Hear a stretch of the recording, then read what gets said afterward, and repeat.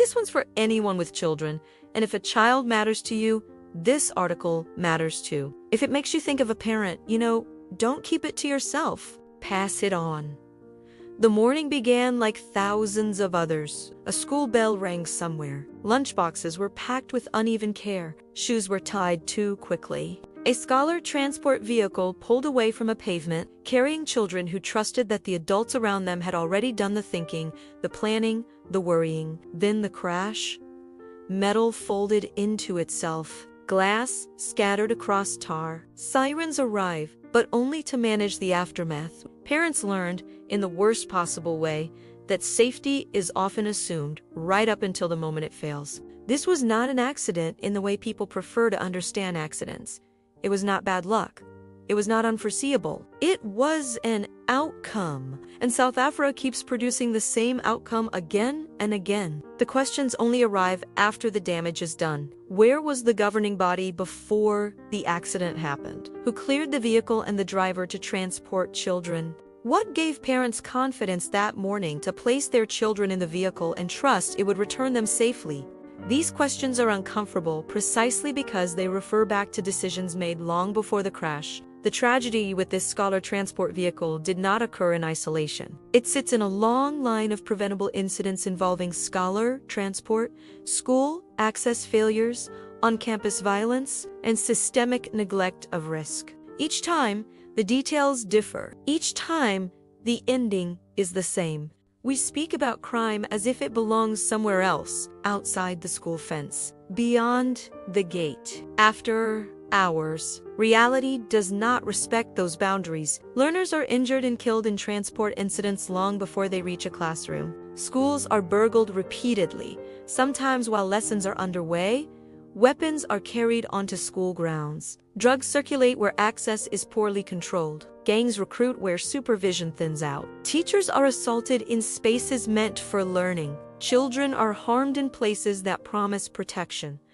These events are often discussed as separate failures. However, they are not. They are connected by a single thread: risk that was never properly identified, understood, or managed. Across South Africa, many educational institutions operate with security measures that would be unacceptable in any other sector. I would even say these measures rank as the worst globally. That statement is uncomfortable. Discomfort is often the first sign that something important is being avoided. Schools are built to inspire. Walls carry mottos about excellence and future leaders. Assemblies speak about values, discipline, and ambition. Security, however, is usually treated as an accessory. A security officer is posted because that is what schools do. Cameras are installed because funding allowed it. A fence is erected because it was required. Transport routes are selected because they are familiar, not because they are safe.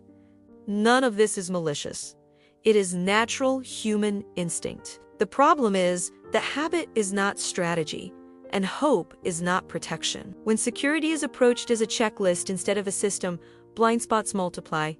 Risks overlap. Warning signs are missed. By the time something goes wrong, the conversation is already too late. Every child stepping into a scholar transport vehicle is placing trust in adults they may never meet. Trust that the vehicle is roadworthy, that the driver is fit, that the route has been considered, that emergency response has been planned. Every child walking through a school gate is trusting that access points are controlled, that supervision exists where it matters, that violence trends are understood, and that someone knows what to do when things unravel. In so many scenarios, that trust is unsupported by evidence. Children are not a theoretical risk category. They are real people moving through environments that demand far more forethought than they currently receive. An independent security risk assessment is not a product pitch. It is not a compliance exercise. It is not a glossy report designed to reassure rather than inform. It is a structured examination of reality.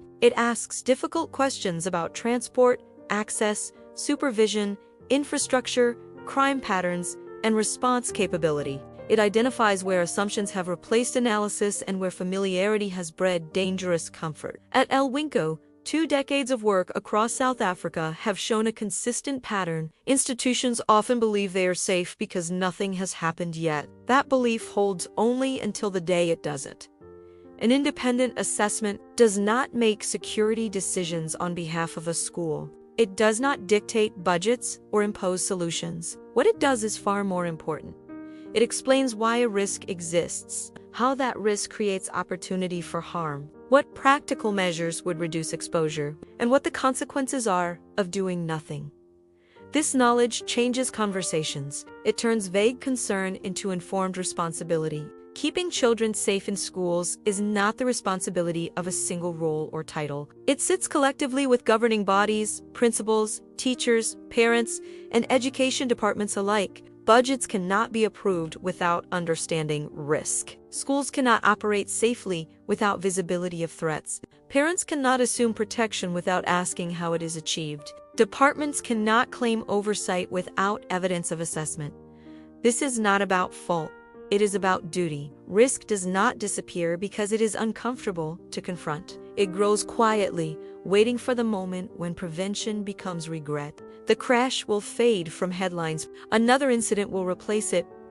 Then another. That cycle continues because outrage fades faster than responsibility. If this video upsets you, it should. If it feels harsh, it is meant to. If it makes you defensive, ask yourself why. Because the only unacceptable response is indifference. Children are the future of South Africa. That phrase is repeated endlessly, often without meaning. If we truly believe it, then our schools should be the safest places they enter each day, not the most vulnerable. Independent security risk assessment is not a luxury. It is not optional. It is not negotiable. It is the minimum standard we should accept. Anything less is a gamble with lives that do not belong to us.